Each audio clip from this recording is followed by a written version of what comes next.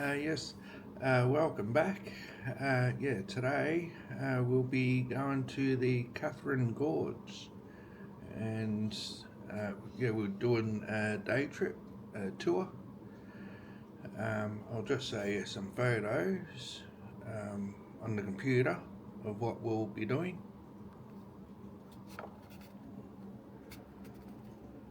Alright, so there's Katherine Gorge.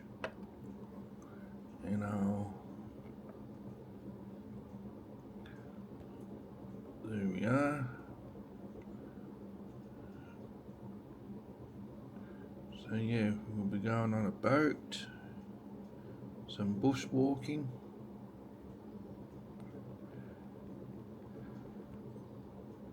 So we'll be heading there today.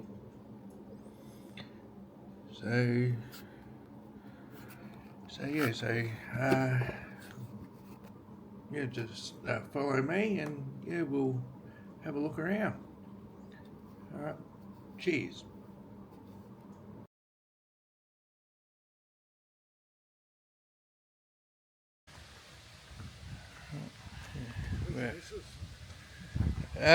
She's not coming. No? Yeah, she's not really into walking. Yeah. I was going to give it a miss myself. She struggles. Yeah, I had pretty good replacement. And the other one needs doing, I get sore. Oh, yep.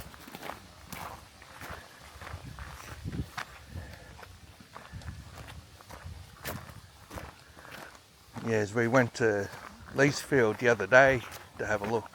Where? Leachfield National Park. Oh, okay. Say an hour and a half or so from Darwin. Oh, okay. Good? Yeah, they've got waterfalls and things like that there. Oh, okay. So there was a couple of things that I just went off on my own. She had enough of walking.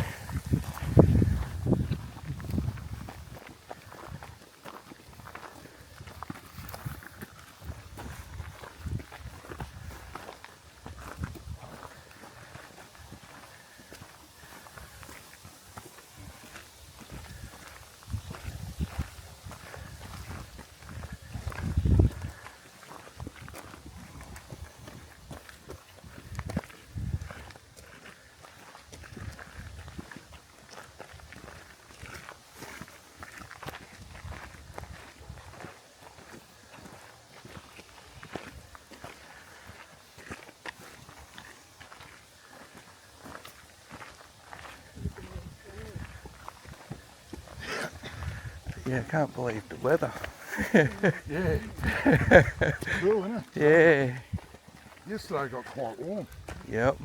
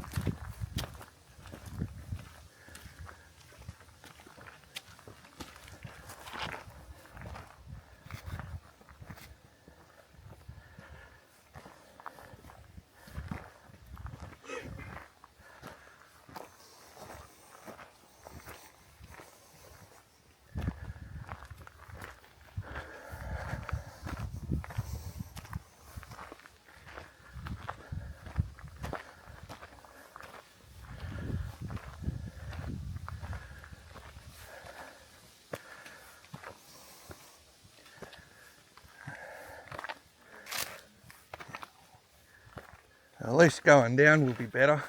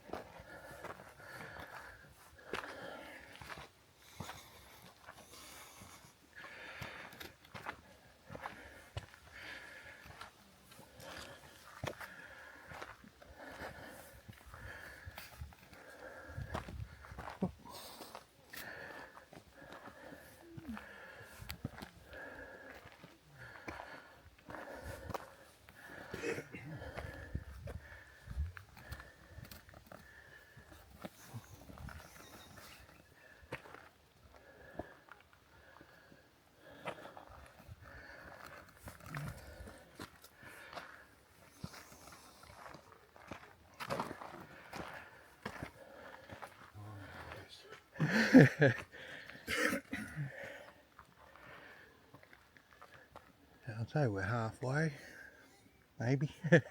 Who knows?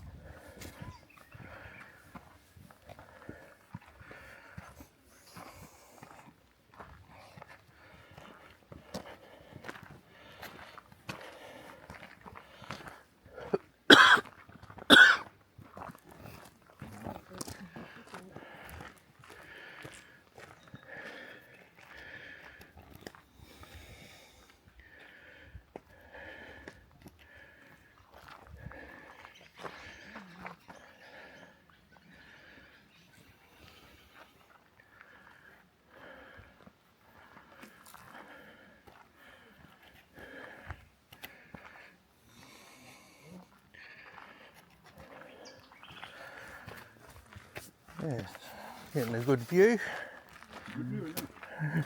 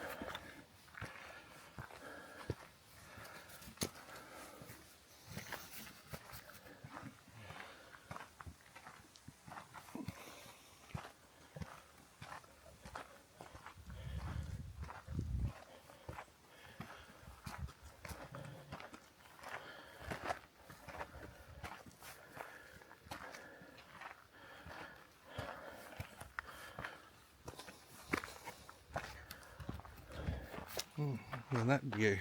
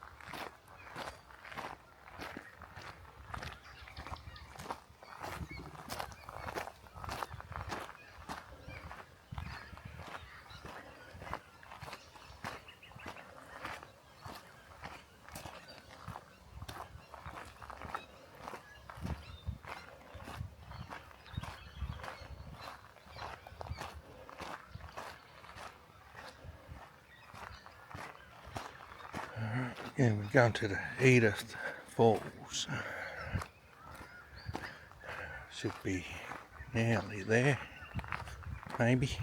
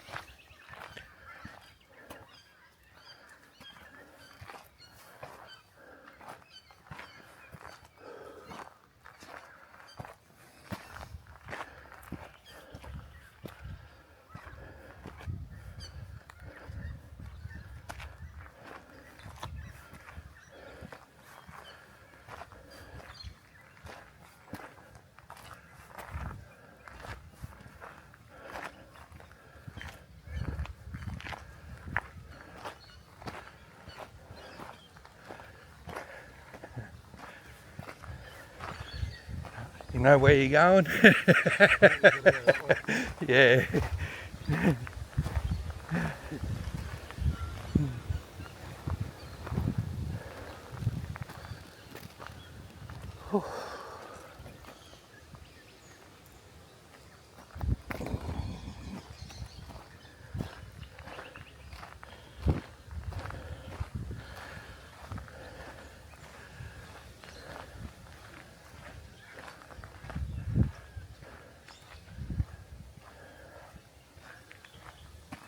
What do you do at Shepparton? I do security. Oh, yeah. Yeah, I do patrols. So yeah, I'm pretty much drive around all night and Oh, okay. yeah, make sure the buildings are all armed and Yeah. Okay. Get much trouble down there? no, we haven't really. Like for this year, it's been pretty quiet. I think it was last year. It was like 1 week. It was like 5 break-ins. Really? Yeah, in 1 week. Shit. Are you armed? Oh, just with a baton. Oh, okay. Yeah, we don't have a gun.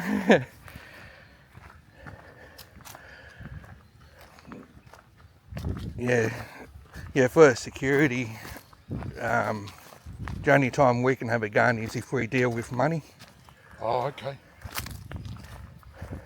like with the armour guards. Yeah.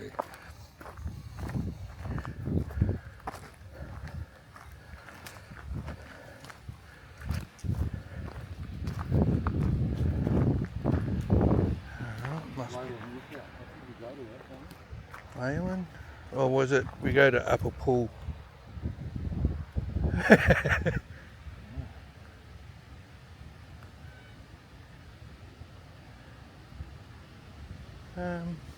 You did mention a bridge. Yeah.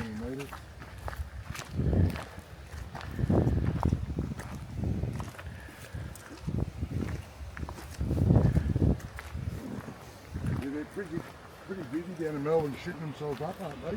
Yeah. A bit like Sydney. Yeah. Yep. Yeah, they're just attacking any business. It doesn't matter what.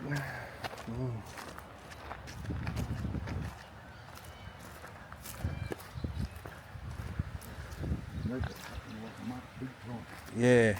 They get off too easy, that's the problem. Yeah. Give them 20 or 30 years, they'll help change their tune. Yep.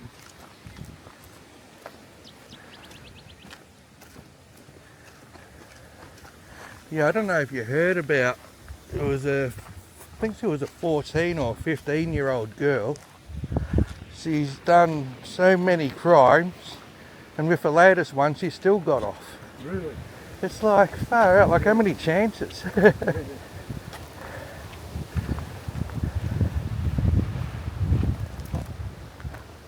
unreal.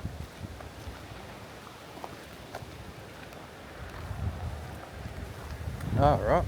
The big water hole. Mm.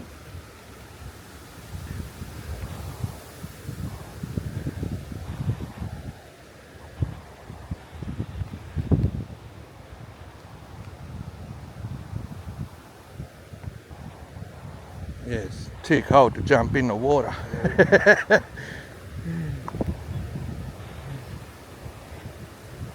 Yeah, I was thinking, I might dip my feet in, but I won't even do that today.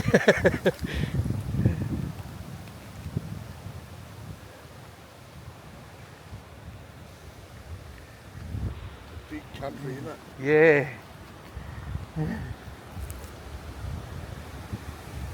Yeah, I'd say the waterfall's over there, I reckon.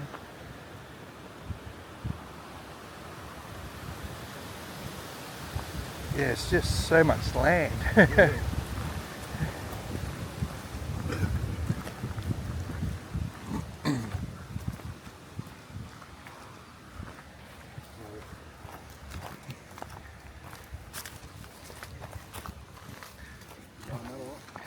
Right.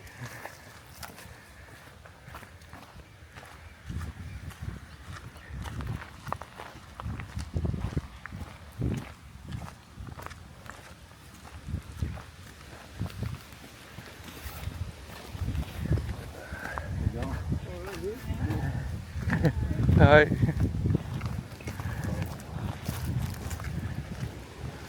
Much to see there?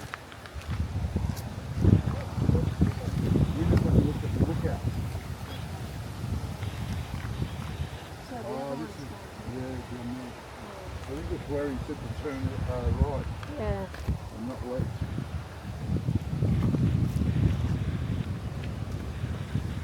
I think that's a lookout just down there, I think. There's a blue sign. Yeah. Mm.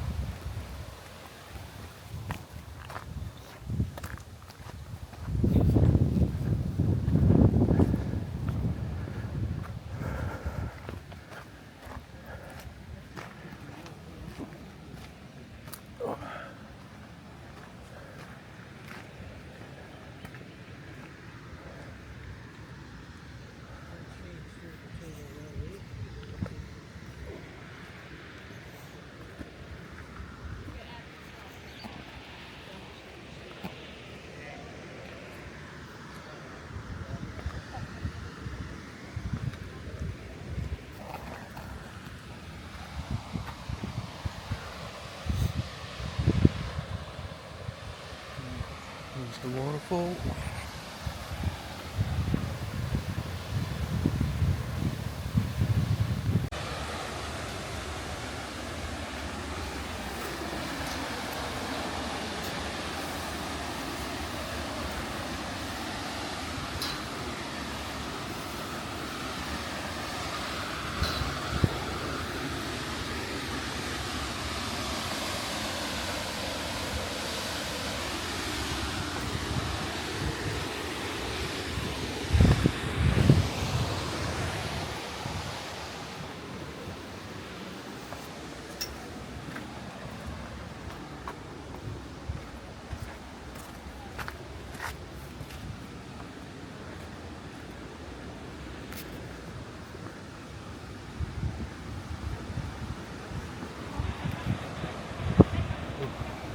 How good's that?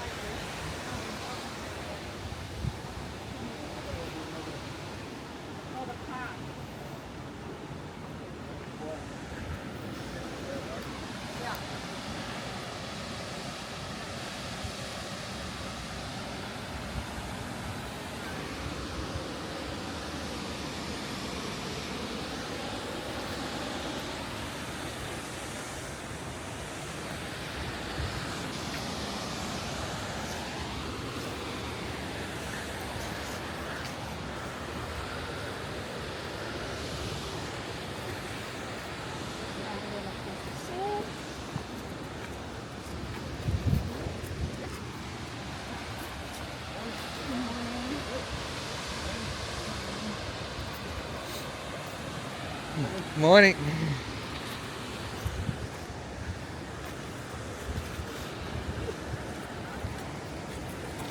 How much are going down here?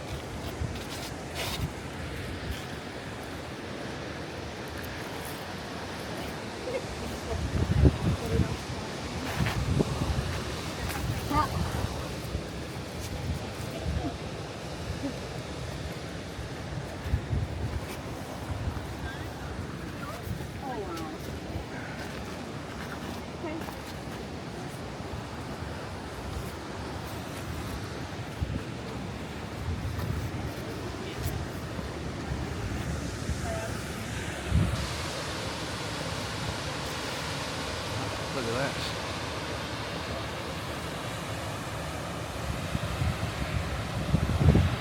Well, that's Edith Falls.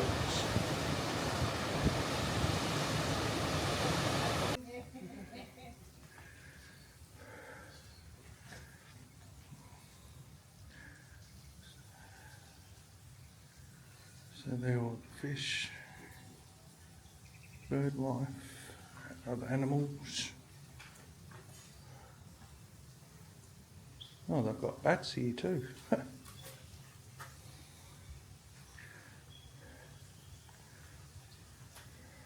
With the other one, their kookaburras were blue.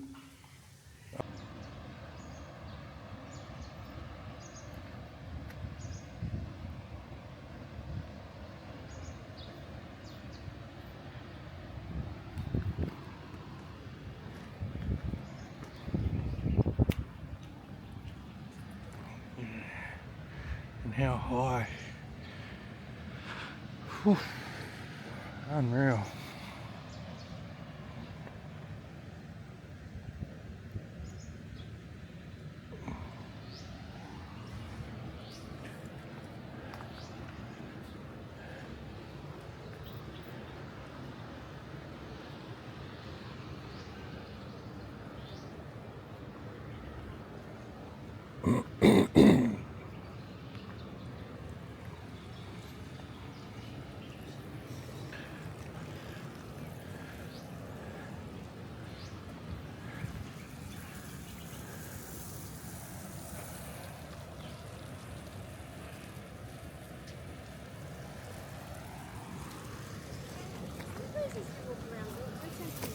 Yeah, but you walk around there everywhere.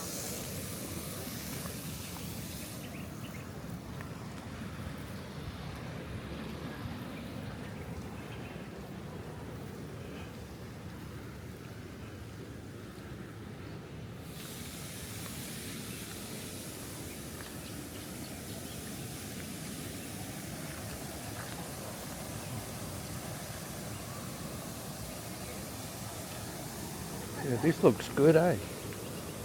Main Falls.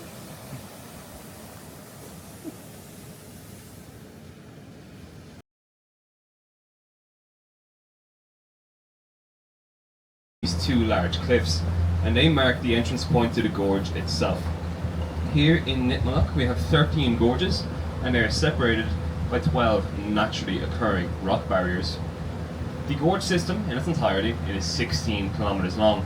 As I mentioned in a safety briefing, this first gorge is 3.8 kilometers long. Now these two big cliffs, they also mark the entrance point to what is known as the Arnhem Land Plateau.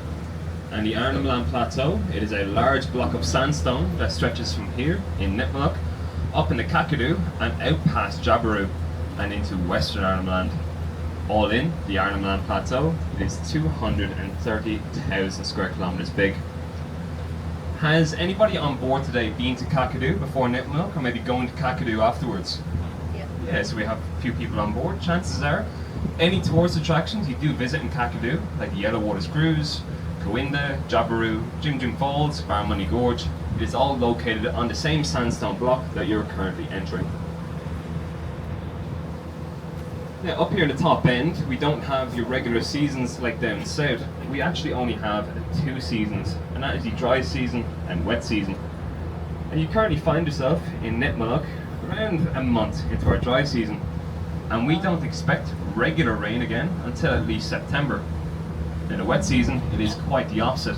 We do get lots of rain, and it is very sporadic and very unpredictable. This can lead to very dramatic river rises and river falls. The most dramatic river rise that I have personally seen here in the gorge was a 6-meter river rise in only 6 hours. Now the river that you find yourself on, it is known as the Katherine River. It starts off in our catchment area near a location called Birdie Creek, which is found 56 kilometers northeast of our current location, as a crow flies. The river flows down through Nipmuc, passing us here, and eventually into the township of Katherine, where afterwards it flows into the Daly River, which is the longest river system in the Northern Territory. And it does eventually meet the sea at a place called Anson Bay, where it flows into the Timor Sea. From start to finish, the river system is 328 kilometers long. Now, overhead rain, it actually does not affect our water levels here in the gorge. It is rain that falls into that catchment area that I mentioned, Birdie Creek. And if you're not sure what a catchment area is, imagine a bowl that's been placed underneath a running tap. The water inside of this bowl will continue to rise until it has nowhere else to go, apart from over the sides. That's what happens at Birdie Creek. It fills with water during the wet season, overflows the sides, and sends the water downstream to us in the gorge. And it does take around 18 to 24 hours for that water to reach us here. And we have a few preventative measures here for Nipmuc tours, our boats, to try to prevent any damage during these river rises and river falls, one of which is currently off our left hand side. These boats, they're not tied the conventional way. They are on what is called long lines. And this is a very simple concept. The ropes at the front of the boat are attached to steel cables, which have been bolted into the rock face. And this allows the boats to rise and fall as the river does during the wet season. If we didn't do this and we tied the boats the conventional way, the river would rise and the boats with it. And the ropes at the front of the boat would become far too taut and they would eventually snap, sending the boats downstream. There is currently 2 of our tour boats about 7.5 kilometers downstream from our current location from the most recent flood in March. It came to the point that the long lines became fully taut above the bolts in the rock face and the ropes all went snap. We don't know how, when, or if we will ever be able to recover those tour boats. Now, when you boarded the vessel today, I did welcome you to Darwin country. And you might be wondering, who are the Darwin? Well, the Darwin, they are the local indigenous population who have lived in these lands for thousands of years. It is actually believed that they've lived here for 50,000 years. That is 50,000 years. But the first non-indigenous person to come to these lands was a Scottish explorer by the name of John McDowell Stuart. And in 1862, he was tasked with mapping an overground telegraph wire stretching from Port Augusta in South Australia to Darwin in the Northern Territory. Now, being an explorer, Mr. Stuart, he did spend a lot of his time out in the bush, which means he actually did not make a lot of money. So he needed investors and sponsors for his expedition. And this is where a man by the name of James Chambers enters the picture. James Chambers, he was a wealthy politician and businessman from Adelaide, and he was also a personal friend of Mr. Stewart. And he agreed to finance the expedition as long as any valuable minerals found along the way, whether it was gold, copper, or tin, was returned to him. Now, along this expedition, Mr. Stewart did not find any of these valuable minerals, but he did feel like he had to repay Chambers somehow. So, what he did instead was, he actually named the landmarks along the way after Chambers and his family. And that second name, Stewart, you actually might recognise it. He is a namesake for the Stewart Highway, the highway that connects Darwin all the way down to Adelaide. In the area here, we do have a few rivers named after Chambers' daughters. We have the Edith River, the Flora River, and the Katherine River. Chambers' daughter, Katherine, was actually spelt with a C, not with a K, so not a very good speller, Stewart, but the symbolism was still there. If you go further north towards Darwin, you'll find the Mary River. This is named after Chambers' wife. And through that centre line, roughly following the Stewart Highway through the middle of Australia, you'll find the landmarks named after Chambers himself. There's Chambers Bay, found northeast of Darwin, Chambers Pillars down in Alice Springs, and also Chambers Gorge down in South Australia. But what Mr. Stewart did not realise, as he was running around naming these places, is that they actually already had names, and that was names given to them by the Darwin people. You see the Edith River, or Edith Falls, the Darwin, they know this as Leyland, which means frilled-neck lizard. The river that you're currently on, the Katherine River, the Darwin, they know this as Badia, which means blue-winged kookaburra. Even this first gorge here, you see, we know the entire national park as Nipmuc, but to the Darwin, it's just what they know the first gorge as. And Nipmuc is actually two Darwin words mashed together. We have Nipmi, meaning the song or the sound of the Skada, and Luck, meaning place or country. So in Darwin, we're currently travelling up the Blue-Winged Kookaburra River. Out here, it's Skada country. Off our left-hand side here, on top of this rock, we have one of our little pied cormorants. I actually haven't seen these since last season. They have made a return in the last few days, and very much a seasonal bird. A lot of them have been up in Kakadu for the last few months because it's still very full of water up there, but it is starting to dry out a little bit, so they're making their way further south towards us now.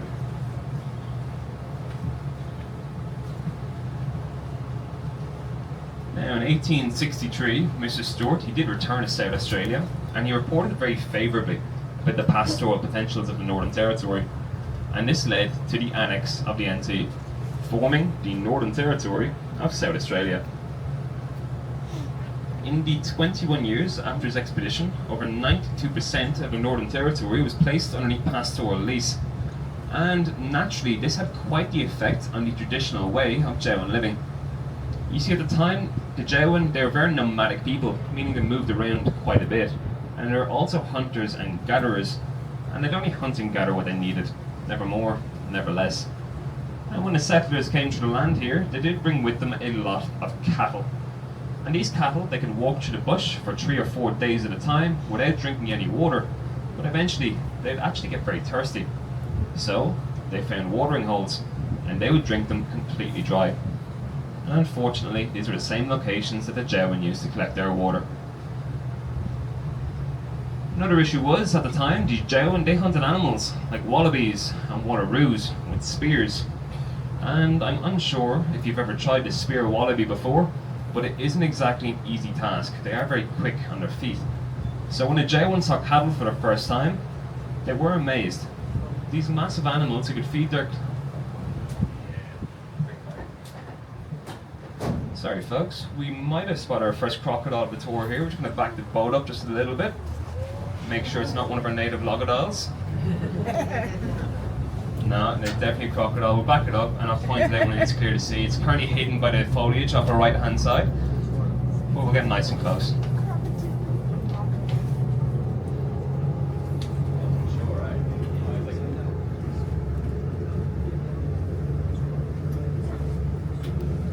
Now, to our right hand side here folks, you can see quite a few of these plants that have the top kind of like a pineapple. We're going to be looking at the sandy beach behind these plants, and hidden right by the shoreline on the beach, you're going to see the body of one of our freshwater crocodiles.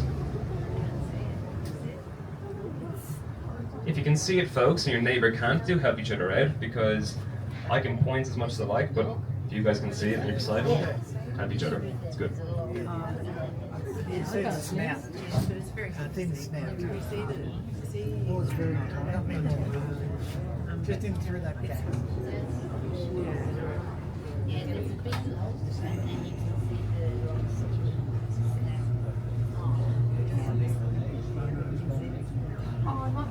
Don't worry, it's getting closer.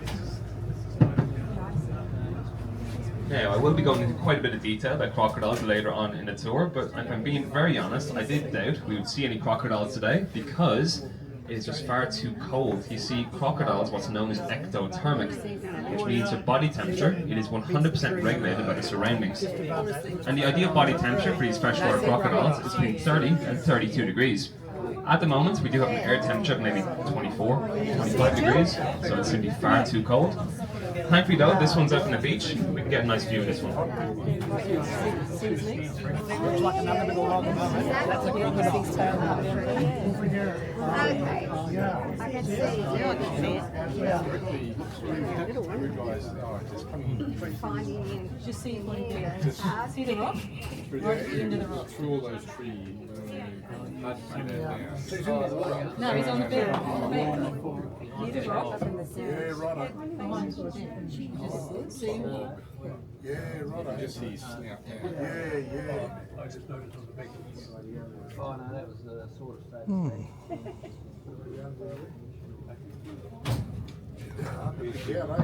We've been told it's there. Alrighty folks, we'll leave this crocodile alone. You see our crocodiles do see us as paparazzi. They don't like us very much. And if we get too close, it will go into the water, undoing all its hard work it's done all day to try warm up its body temperature. But that is a good sign for the remainder of the tour, considering we've already found one. So myself and Orlan, we will keep our eyes peeled and try to find some more. Now, as I was saying folks, the Darwin did eventually begin to hunt the settlers' cattle because they actually had no real sense of ownership. You see, the Darwin man might have a spear, the Darwin woman might have her dilly bag, but outside of this, they didn't own stuff. So they didn't realise the settlers actually owned the cattle. Now the settlers, they did believe that the Darwin were purposely stealing their cattle, so they retaliated. And the poor Darwin, they didn't know why these bad things were happening to them, so they retaliated back. This turned into a slight eye for an eye scenario, however it was heavily in favour of the settlers. See, the Darwin, they only had their spears, whereas the settlers, they had horses and guns. So this did lead into quite a dark time in Darwin history. Thankfully though, it's not the end of the story for the Darwin. I am going to flash forward about 100 years into the future to 1978, and this is when the Darwin received their first opportunity to claim back their land. Now, I did just say the Darwin had no real sense of ownership, so why did they want to own their land? Well, it was for one real reason. They wanted the official responsibility to look after and take care of the land. See, to the Darwin, they don't own the land, they belong to the land. It'll be here for millions of years before them, and will continue to be here long after they're gone. This initial land claim, it was denied. In fact, many land claims afterwards were also denied. It was not until 11 years later, in 1989, that the land claim was eventually granted. There's a few reasons for this. The first one being, there already was a national park operating here. It was known as Katherine Gorge National Park. And the NT government, they were afraid they'd handed the land back to the Darwin, they would close it off to the world. And the gorge here has been a money maker for the township of Katherine and the top end for over 60 years. Another issue was, the Darwin elders at the time, they had to go to some pretty extreme lengths to prove the legitimacy behind the claim that this truly is Darwin country. So they had to take government officials by the hand and take them out bush and show them important areas, like sacred sites, burial sites, art sites, and also ceremonial sites. This was an issue because Darwin country is truly massive. Extending outside of the national park, it's around 50,000 square kilometres big. That is roughly 3/4 the size of Tasmania. So it did take the Darwin elders a long time to bring these politicians to these places out bush. But the primary issue was actually the fact the Darwin elders, English, was their third or fourth language, making it very difficult for them to communicate just how important this land was to them. But as I mentioned, in 1989, the land claim was eventually granted. However, this just caused more issues, because when that piece of paper was signed and given to the Darwin, technically, everything around us became privatised, and you cannot operate a national park on private land. Now, Quite the opposite of what the NT government thought. The Javan people, they wanted to share their land with as many people as possible and share their stories and their culture. So they signed a 99-year perpetual lease with the Northern Territory government, allowing them to operate a national park out here in Javan country. And this lease, it did bring with it many benefits. But the primary benefit would have to be that the Javan Association, in conjunction with the Northern Territory Parks and Wildlife Rangers, can manage and look after the national park together. And the rangers here in Nipmuc, they do have many responsibilities. This includes conducting burn-off or prescribed burns at the beginning of our dry season. This promotes the growth of flora in the following wet season, but also takes away the fuel required for wildfires at the end of our dry season, also known as our fire season. There's a separate wing of the Parks and Wildlife here in Nipmuc. They're known as the Javan Rangers. Their main responsibility is art site discovery and art site preservation. There's over 400 reported Aboriginal art sites here in the National Park, and I'll show you some of these art site preservation measures later on in the tour. But the main role for our Parks and Wildlife Rangers would have to be feral animal control and crocodile management. And here in Nipmuc, it is actually possible to get two different kinds of crocodile. We can get your estuarine or saltwater crocodile. In Javan, they know this as ginga. And we can also get freshwater crocodile, or River Johnsons. In Javan, they know this as goyama. Now, freshwater crocodiles, they are very shy, very timid creatures. We actually do like to call them water puppies up here. They grow to around 3 meters at absolute maximum length. However, if you were to find a freshie that size, it is most certainly a male. The females very rarely grow past 2 to 2.2 meters long. They have very long, narrow snouts with very short and brittle teeth. And around 60% of their diet, it consists of small bugs and insects, and the other 40% consists of small fish, lizards and frogs. The reason for this is, typically, anything a freshwater crocodile eats, they prefer to eat whole. They don't really have the jaw structure or the teeth for ripping apart flesh. Now, I did say they're very shy, and they are very timid. However, this does not mean you can walk up to a freshwater crocodile and give it a cuddle.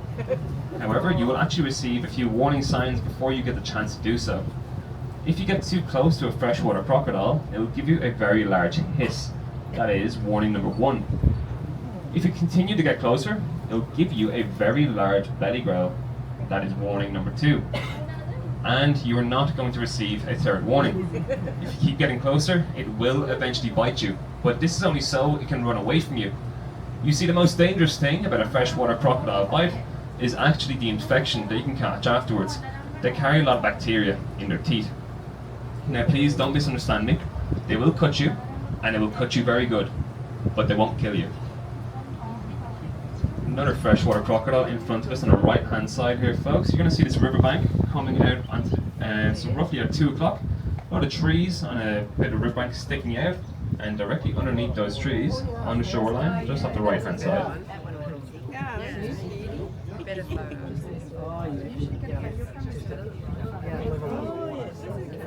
Now this one here, once again, freshwater crocodile, very nice little timid creatures. Their saltwater cousins, on the other hand, they are the ones with the fearsome reputation. Saltwater crocodiles can grow in excess of 5 meters long. Typically, they have a much wider snout, much bigger cranium compared to a freshwater crocodile, and they also have teeth made for tearing apart flesh.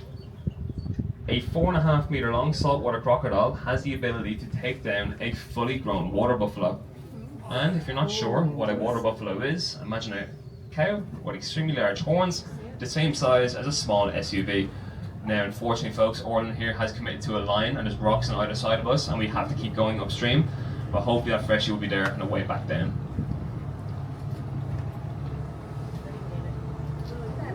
Saltwater crocodiles are what's known as stalking predators, which does mean they will learn the routine of the prey that they want to hunt, whether it's human or animal, over days and weeks at a time. That is why there's a bit of a saying up here in the top end: never go fishing in the same place at the same time every day, because a saltwater crocodile, it will learn this routine. And they are also extremely selective in how they hunt. Including myself and Orland, there is 59 passengers on board today. So imagine all 59 of us jumped into the water with a saltwater crocodile. That salty would pick one of us, swim past the other 58 to get to the one it chose at the very beginning. And when it comes to their prey, they don't kill them and eat them straight away. A saltwater crocodile will drag its prey to the very bottom of the river, put it into what's called a death roll. It rolls it around and around and around until its prey stops kicking. At which point it'll actually store it underneath an underwater rock ledge or log and leave it there for maybe a week or 2 weeks so the skin gets rotten. And then it will come back and eventually have its dinner. There's a few very telling ways the difference between a freshwater crocodile and a saltwater crocodile. One being, obviously, size. If it's over 3 meters long, chances are it is a saltwater crocodile. But it's mainly in the head and the shape of the snout. As I did mention, very different head sizes when they're out of the water. But you can also see this difference when they're swimming on the river surface. You see, if a freshwater crocodile is swimming on the surface of the river, you will only see its eyes and the very tip of its snout, its nose. If a saltwater crocodile is swimming on the river surface, you will see its entire head, from the very tip of its snout to the very back of its cranium. And there is another surefire way of figuring out the difference between a salty and a freshie. We don't recommend it, and that is jumping into the water. Saltwater crocodile, it will swim towards you. Freshwater crocodile, it will swim away. Now, we've passed a few sandy beaches, one of which is actually coming up in front of us on the left-hand side. And this is where the freshwater crocodiles lay their eggs when the time of the year comes. Right now, the freshies, they are in their mating season, so the males and females are starting to get to know each other just a little bit. And in about a month-ish time, the freshies, they will go onto the sandy beach and they'll check the temperature of the sand with their snout. And if it's between 28 and 34 degrees Celsius, they'll dig a hole, lay their eggs, and cover it back over. And they will not return to that nest until they hear the little chirps of their hatchlings, at which point they'll go up onto dry land, take the hatchlings in their mouth and bring them down to the river.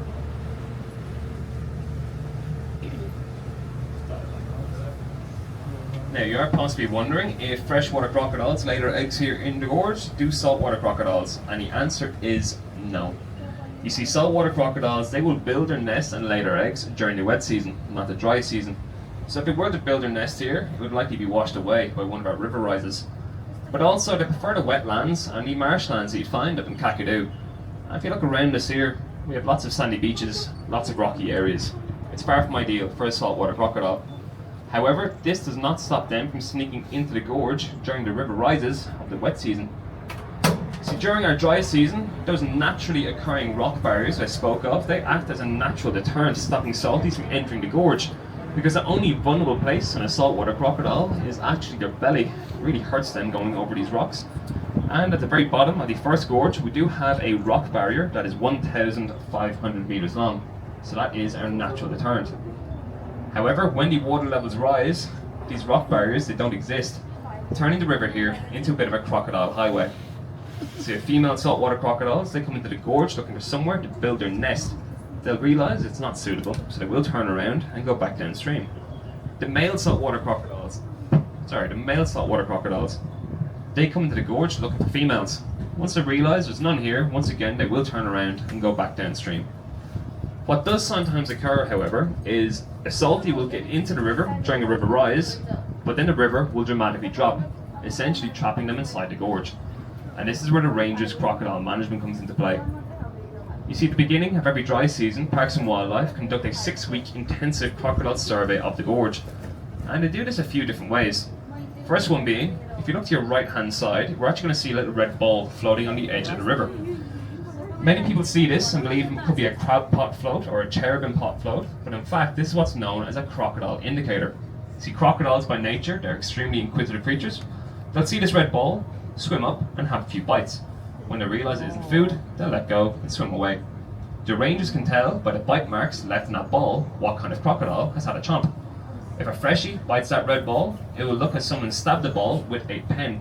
But if a saltwater crocodile bites the ball, it will leave a hole big enough for 2 of your fingers plus your thumb to fit inside. The rangers, they also conduct low-flying helicopter flights because, believe it or not, it is easier to see a saltwater crocodile from above than it is from the river itself. And they also conduct what is called night spots. This means the rangers go out in their boats at about 9-10 p.m. at night and 3 and 4 a.m. in the morning. Big spotlights shining the river's edge and river's surface, looking for the eye shines of crocodile. And it is actually very telling by this eye shine what kind of crocodile you're looking at. A freshwater crocodile will have a very orange, sometimes slightly pink eye shine, whereas a saltwater crocodile it will have an extremely dark red eye shine. Now, at any stage through the surveys, if the rangers have any indication of a saltwater crocodile in the system, they'll actually restart these surveys and attempt to trap that crocodile. However, if they make it through the 6 weeks with zero indication of a saltwater crocodile in the system, they will allow us at Nipmuc Tours to open up the second gorge and onwards for canoeing and swimming. Now, me personally, when it does get to that time of the year, I do like to just wait a few days. Send a few boatloads of tourists in there first. Should really make sure.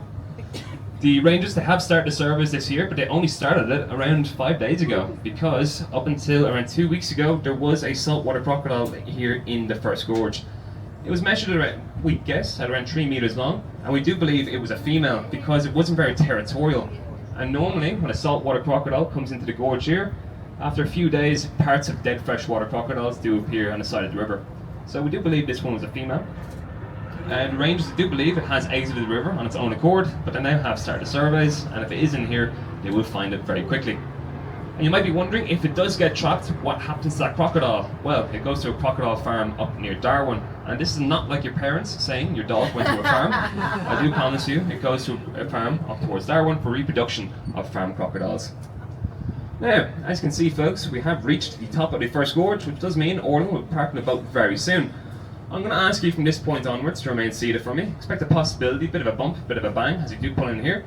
And please, any body parts you do feel like keeping today, keep them on the inside of the vessel. Once we are parked up, and we'll make sure we're in the right position, myself or Orlan will indicate for you to disembark the vessel. Once you do, you'll find yourself at a set of steps. Follow these steps all the way up, and you'll find yourself at a rock face with a metal sign in front of you. Look past the metal sign, around 4 meters up on a rock face, and you'll find the main art site we'll be talking about today. Myself and Orlan, we will meet you up there. We just have to tie the boat before we do. But for now, I'm going to have you all remain seated for me. Expect that bumper bang, and please do not stand up again until myself or Orlan give you the go ahead to do so.